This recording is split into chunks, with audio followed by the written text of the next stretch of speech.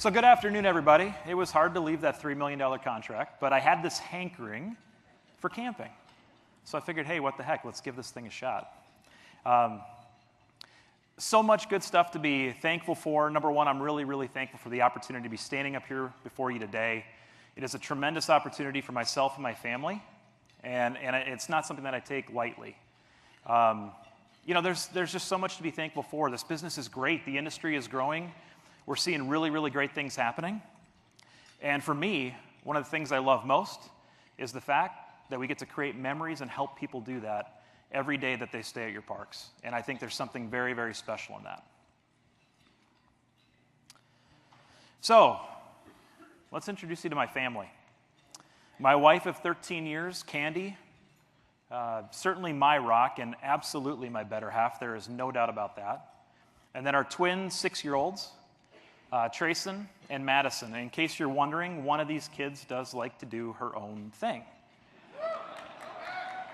And I got to be honest, it hurts a lot.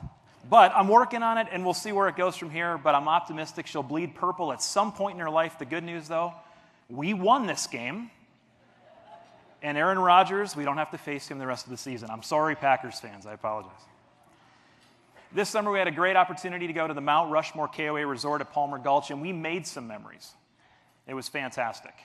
You know, between, obviously, the sightseeing that you can do in the Black Hills, but enjoying the pool and the water slide and the tie-dyes and the rodeo and everything that we can do on your parks, we really, truly made memories, and it was very special.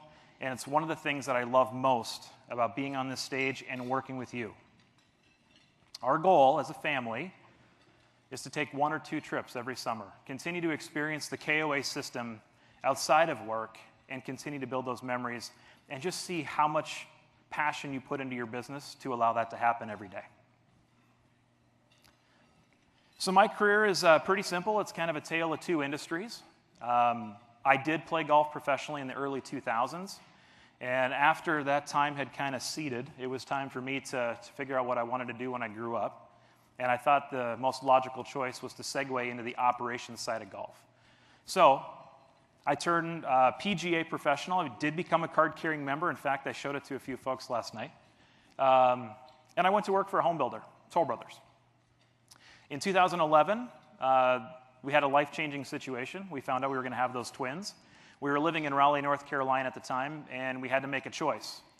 It was either going to go to Fargo, North Dakota, and reclaim my "you betcha, lutefisk, yeah," or we were going to go to Billings, Montana, where my wife is from. And we made a great choice to go to Billings. And it was at that point that I got out of golf, and I leveraged my finance degree, and I got into financial services for GE Capital.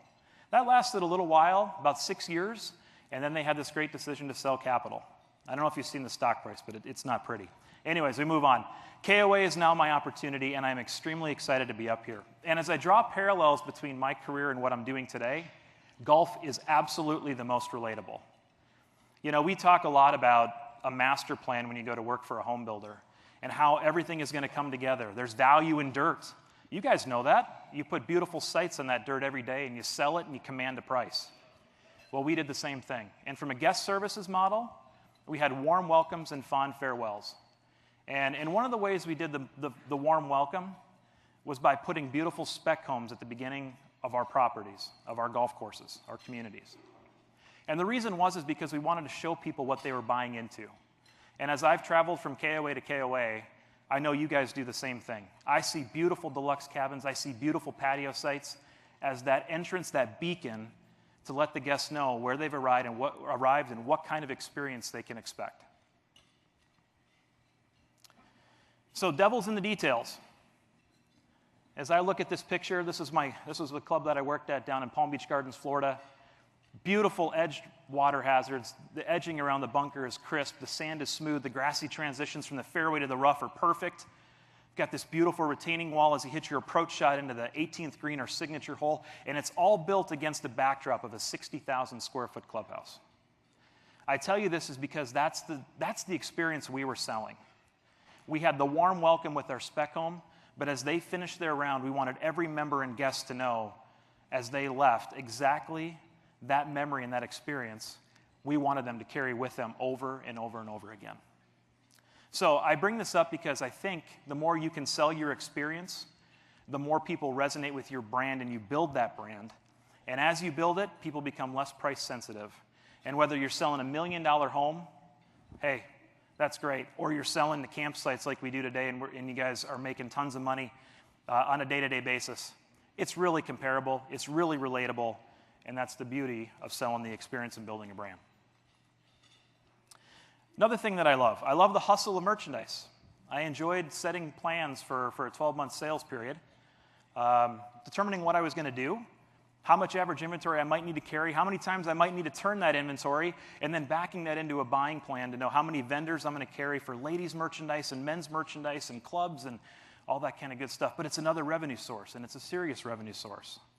And so when I look at the KOA camp store versus my golf shop, there's apparel. It's similar. There's souvenirs. There's some portion of food and beverage. And then there's, you're selling RV supplies. I was selling golf clubs. It's similar. Again, it's about the experience and extracting everything you can from your operation. So I can talk to you up here all day about all these great relatable skills, but there is no substitute for experience. And so I've been a busy boy. In 8 months, I visited 9 states and 26 campgrounds so I could learn this business and begin relating with you and connecting. And in that time, I've attended OA meetings, I've conducted quality reviews and branding assessments, core components of the franchise services operation. So how are we doing on branding? Well, number one, we are 100% committed to achieving our target in 2020. 500 branded campgrounds, 100% committed.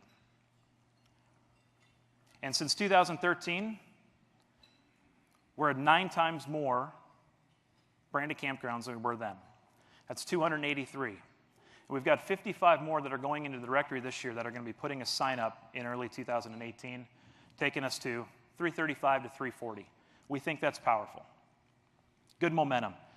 And the guest is speaking to us. We're starting to see differentiation from top to bottom between the brands, where all of our brands are resonating more with our guests because you guys are making wonderful improvements to the parks. You're selling that experience, and they're telling us about it. And not only are they telling us about it, but annual site revenues. Deluxe cabins, we're seeing a nice 6% bump. And in full hookup RV sites, we're seeing a nice 19% bump. Another area that we're really, really focused on is merchandise and vendor relations. And KAMA has done a really, really great job in this area this year. In fact, on Saturday when you go to Expo, we have 155 vendors. That is a record. And I want to thank her for all of her hard work in making that happen. That is fantastic.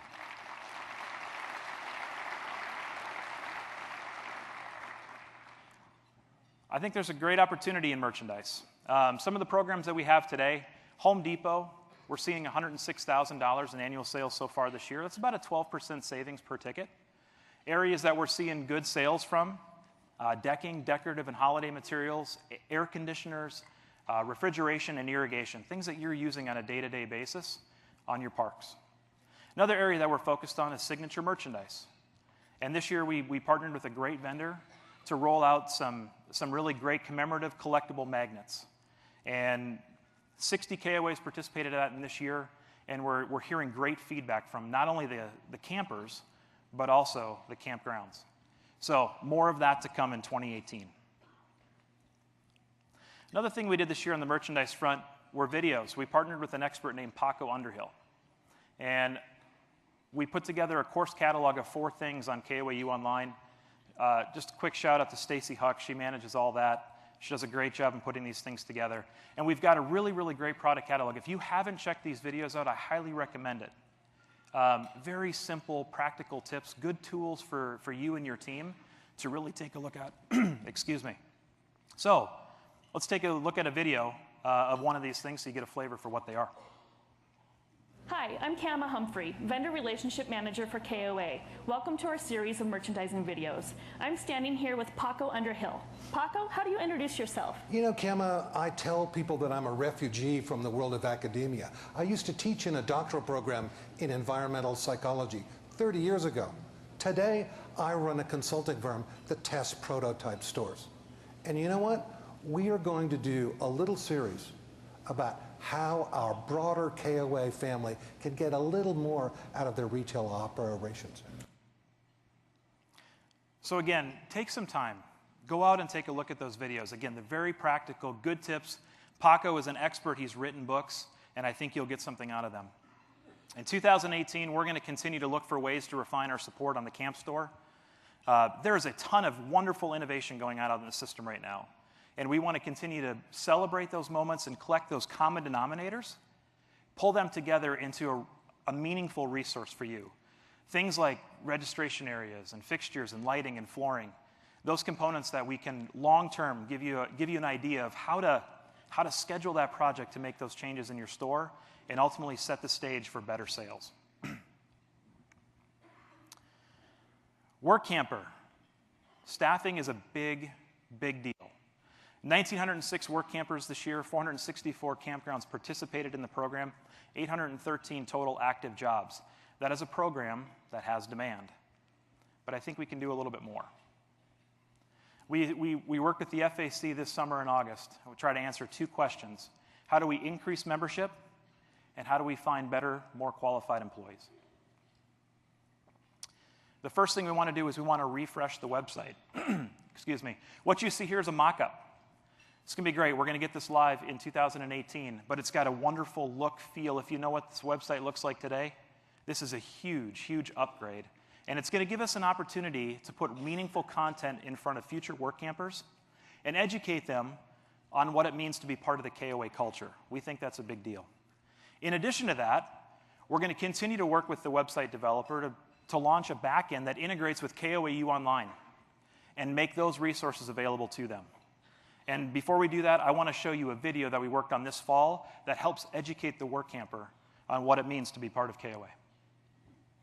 Whatever the reason, if you have a strong work ethic, exhibit great guest service, and have a passion for the outdoors, then a work camping job at KOA may be the right place for you. Being a work camper takes effort, but it's very fulfilling. So you can be better prepared as a KOA work camper, here are some highlights of what to expect in our most common jobs. This video is not intended to cover or contain a comprehensive list of activities, duties, and responsibilities. It is designed to give you a general overview. We want to reverse that cycle. We want to put that in front of them faster. We've got great resources on guest services, front desk operations, things like campsite, and now K2, and housekeeping. And so with those resources going in front of them earlier and the ability to add that to their resume, we hope that cream of the crop will rise to the top and you're going to find better, more qualified employees to work at your campgrounds. 2018 is shaping up to be a great year. We heard great stories this morning about everything that's going on from an economic perspective. Franchise Services is going to do their part. We're really excited about it. And as I continue to meet and greet people, one of the things I hope I find and hear is how well K2 is going. So, as I wrap up here, I want to thank you. I look forward to working with all of you. And at this time, I'd like to bring up Mr. John Adams to take us on a little tour of technology. Thank you all very much.